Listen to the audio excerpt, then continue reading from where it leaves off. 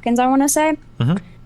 And then there were a couple things that I commented on. There were two clips that I saw of you from this like real asshole. The guy who posted those clips was just such a dickhead. But he posted a clip of you saying like to call a fetus a person is like to call a nut a tree. And then there was another clip where you said like according to pro-life logic, like miscarriages would be the same as leaving an infant to starve, and everybody was really upset about that. And that was basically the two things that I said something about. Okay, well, where do you want to start? Which one of those do you want to start with? I feel like we've already talked a little bit about the first one. Yeah. Wait, what was the first one again? The part about it not end up being a tree? Yeah, I think we've talked about that. We had like a back and forth about that on Twitter, but we haven't talked about the second one. Okay. Well, we can talk about the second one if you want. Sure. One of your orbiters has already got into it with me over that one, so. Okay, then that means you should be even more prepared for the conversation, huh? I don't think you could be more prepared for a conversation about miscarriages than like having had multiple. So yeah, I would say that I'm prepared to have a conversation about the reality of miscarriage. Sure, we can talk about it, but I don't think having a miscarriage means you necessarily know anything about a miscarriage. You can literally have a miscarriage without even knowing you're pregnant or that you miscarried, but sure, okay, well, where do you want to start? Do you want me to open my argument, or do you want to give me your pushback against my argument? I mean, go ahead. I don't want to take what you said out of context or misconstrue what you said. So I'd appreciate you telling me like exactly what you meant by that, and I don't like want to put words in your mouth or anything. Yeah, sure. So basically, if we're considering fetuses to be human persons' lives that ought to be defended and endowed with all the same rights as like a baby, then in my opinion, we should be taking way more aggressive steps to limit the amount of miscarriages that are happening with women that are having sex.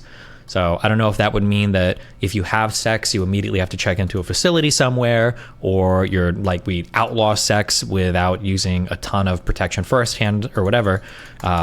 But we have to do something to be very, very, very aggressive to help with the massive amount of early, like first trimester or early weeks miscarriages that are happening without people even realizing it. Because it's possibly like the greatest loss of life that's occurring worldwide right now.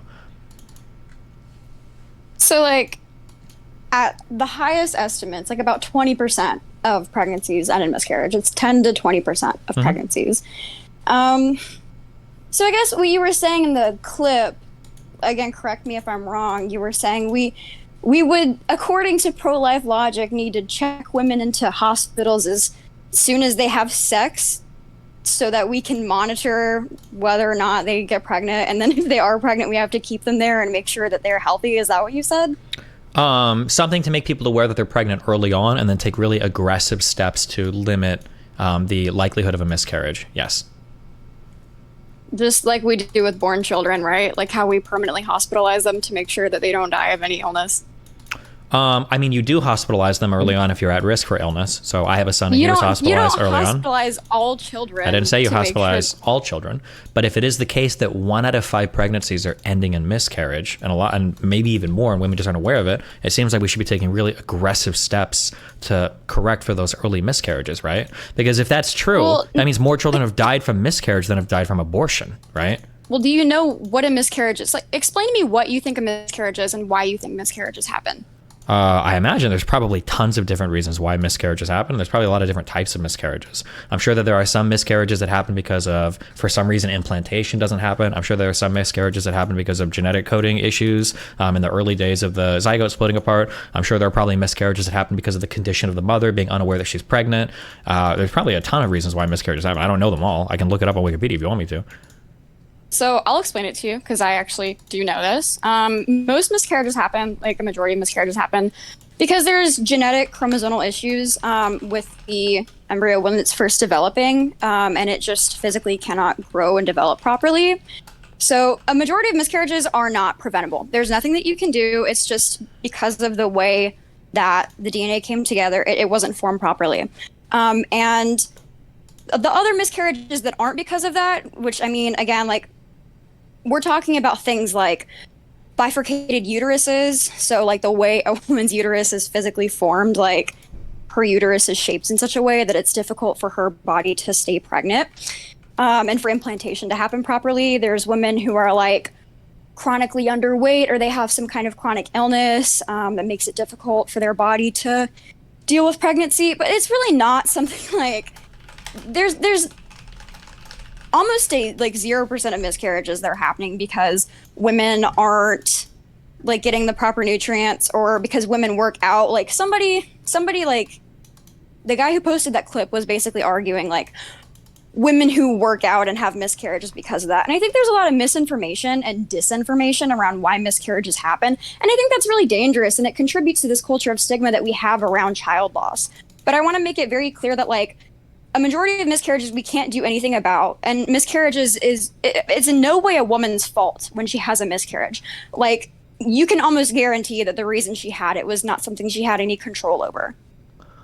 Okay, that might be the case. I'm looking up and I'm seeing about 50% of miscarriages are associated with extra or missing chromosomes. Most often, this is from the Mayo Clinic. I guess we could bump that number up more if you wanted to, but let's say that I grant all of this. Let's say that it's because of chromosomal abnormalities that miscarriages are happening because of this reason. Let's say I increase that from 50 to 100% or 99%. Wouldn't we then say that since we have the technology to do like in vitro fertilization and stuff, shouldn't we be using alternative methods of conception that might have a lower risk of these genetic abnormalities happening? Or you think IVF has a lower risk of abnormalities than normal I don't know, I'm sex? asking, does it? I am under the impression that it doesn't. In fact, it's a very common thing for IVF conceived babies to be discarded because they have genetic abnormalities, because there's issues that happen with the way that they're created in a lab. I don't know. That's a common pro-life argument against IVF, is because there is a significant number of embryos that are simply discarded and destroyed because they have genetic abnormalities. Gotcha. Let's see. I don't know much about IVF. Let me check.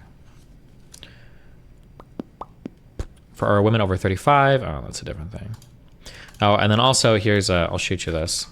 I haven't done too much digging into this before. These are all kind of peripheral abortion arguments, but this seems to say that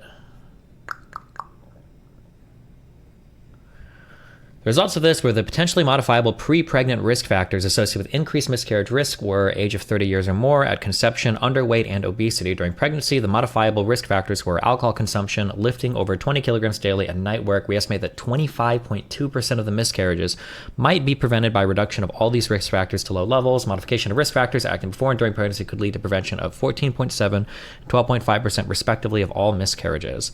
Do you think if you could prevent 10 to 20% of miscarriages, do you think that would be worth taking aggressive steps early on after sexual activity to try to, I guess, like mitigate that risk?